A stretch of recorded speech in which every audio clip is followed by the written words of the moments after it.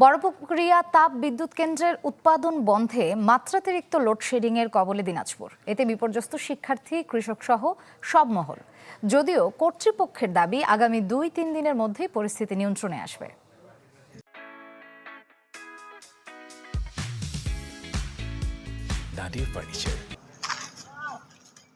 যান্ত্রিক ত্রুটির কারণে গেল বুধবার সম্পূর্ণ বন্ধ হয়ে যায় দিনাজপুরের বড়পুকুরিয়া তাপবিদ্যুৎ কেন্দ্রের উৎপাদন।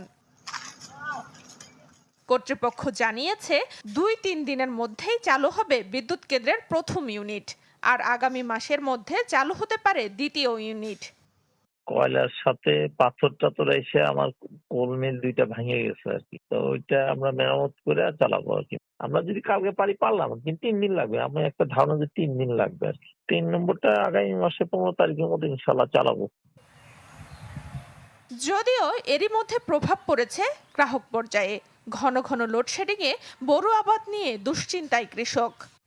কারেন্ট থাকে না, ধান বাইর হচ্ছে, এখন তো সেকা না দিলে হবে না। দিনে ৩ বা ৪ বার কারেন্ট আছে।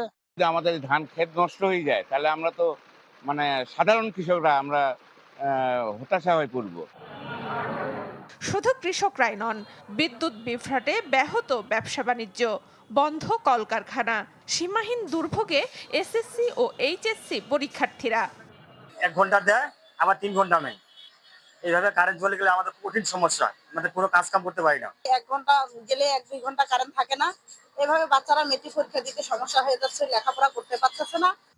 দিনাজপুর বড়পুকুরিয়া তাপবিদ্যুৎ কেন্দ্রের ৩টি ইউনিটের মোট বিদ্যুৎ উৎপাদন ক্ষমতা ৫২৫ মেগাওয়াট। Desk report, channel 24।